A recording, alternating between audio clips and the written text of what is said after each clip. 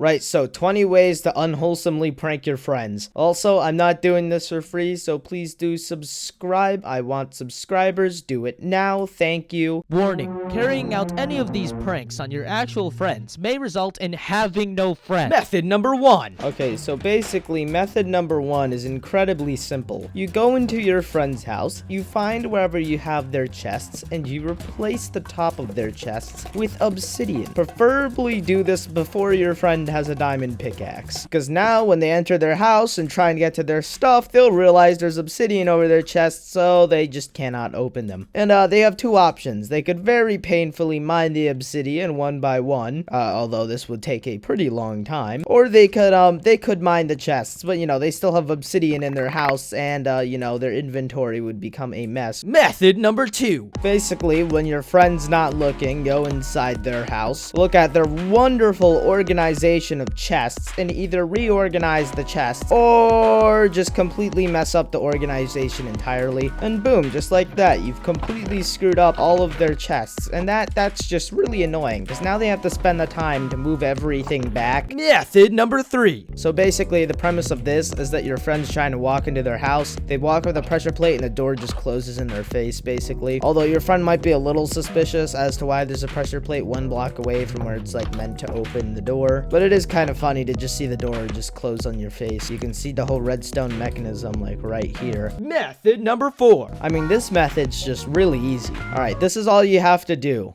There, prank done. Now when your friend respawns, they respawn at spawn, and it's just incredibly annoying. Method number 5. Now, I wouldn't call this particular method a prank, because it's not a prank, it's just flat out mean. Basically, you build something like this. You remove the blocks around their spawn point bed, leave one in the corner, surround it with obsidian, and put a pressure plate there. Then underneath the pressure plate, run a redstone line that comes up here to an observer that's connected to a dispenser with lava in it, standing right here. So basically, whenever that person dies, they just respawn in an ever-reoccurring death trap that they just literally cannot escape. Method number 6. Okay, so basically in this method, you just strip every single log you can possibly see from your friend's house, including their house. There we go. That way when your friend comes back, he has to witness this. Method number 7. The other thing you could do is just completely surround their house in bamboo. Now, not only is this just an utter pain, they can't even see their house anymore, but it's also a pain to walk through. It's just an absolute nuisance, and you'll have bamboo all over the place. It'll fill up your whole inventory, and if your computer isn't good enough, it might even lag you. Method number 8. Basically, you spam saplings all around their house, and after enough time waiting, yeah, I mean, you get the gist. It basically just ruins the entirety of having a house. All they have outside their house now is just trees. It's just a big, thick wall of trees that's really hard to get through. Method number 9. Now, another thing you could do, similar to stripping all the logs in a certain area of your friend's house, you could just find every tree in that certain area of your friend's house and just leave it floating. I mean, tell me that just doesn't upset you. Method number 10. This method, let's just say it would be a little hard to clean up without sponges. So basically, their house looks normal just until they walk inside because,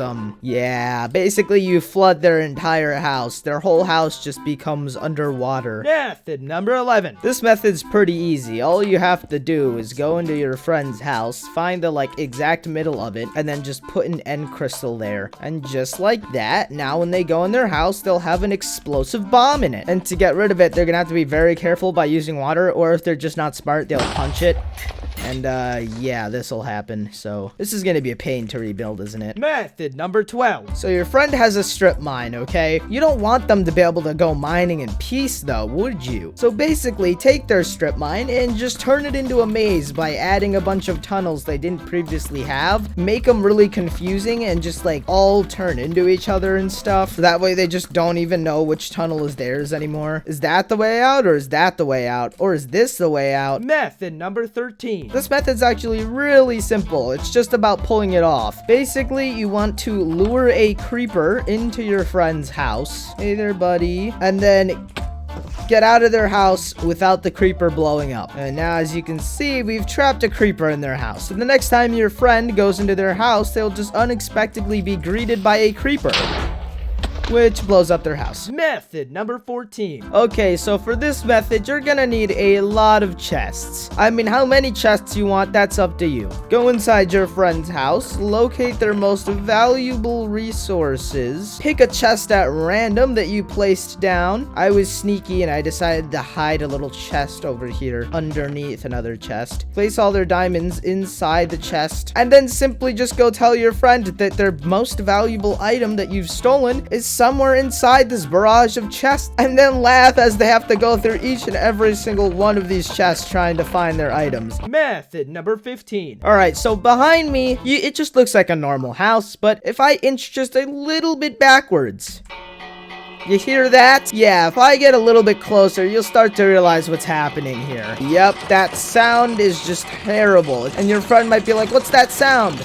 Well, it's this. Method number 16. It's just powdered snow. I mean, preferably this would work better if your friend lived in a snowy biome, but you could just cover it with moss, and then when your friend's standing over it, quickly break the moss underneath them so they sink into the snow and just die. Method number 17. I like to call this method the element of surprise. So basically what you do is you just drink up an invisibility potion so you're invisible, and yeah, sure, you could just hide in your friend's house and mess with them like a troll. Or you could go up to their armor stand, pull off all of the precious armor they have, throw on the armor, and just pretend it to be that armor stand. And if you can line it up just right, you can actually look like the armor on the armor stand, and your friend most likely won't notice. Method number 18. Okay, so let's say your friend has a massive animal farm, like a sheep farm, for instance. Now, they wouldn't expect this animal farm to really go anywhere, it stays still. But what you could do is move their entire animal farm with every animal in it. Basically, you'd find a new place around their house where you would like to build the new animal farm, build an animal farm pen the exact same size as the one that they already have, just like so. There we go. And then all you have to do is make a little fence path connecting the two. Get yourself a piece of wheat or whatever food the animal likes to follow. All of the animals will just start flooding out of the pen and down the thing to follow you, basically. Once you have a decent amount of sheep inside the pen, you can quickly go and close it up. And once you get it closed off, you can basically get rid of this. You might have some leftover sheep so you can kill them, but your friend probably won't notice, especially if you breed them all. And bada bing, bada boom, suddenly their entire animal pen has been moved somewhere else. Method number 19.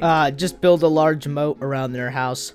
Just a really big moat. Like, I mean, I can try and make this parkour jump. I'm just gonna die. Oh, great. That's just, Method number 20. So basically, you build something that looks a little bit like this. A little piece of lava encased by scaffolding that goes all the way down to your friend's house, basically. So they'll walk on over, they'll see this large thing of scaffolding, they'll go, that thing's ugly, I don't want this near my house, and they'll break it. And in the process of breaking the scaffolding, they will release this lava, which will then slowly but surely flow its way down, all the way down to your friend's house. And after a really long while, you'll start to realize what's happening. I mean, your friend might not realize it initially. He might be doing stuff inside his house and then come outside later to see this, which is going to be an absolute pain to drain because he'll have to build all the way up to the source block to drain it. And it has drained. It is now going on top of the floor. That took about 5 minutes, so this will happen 5 minutes after they break the scaffolding. Also, I'm going to be making other types of entertainment-based content just like this in the future, so if you want to see that, be sure to subscribe, turn on the notification bell so that way you get notified when I post that kind of stuff, and have a good rest of your day. Goodbye.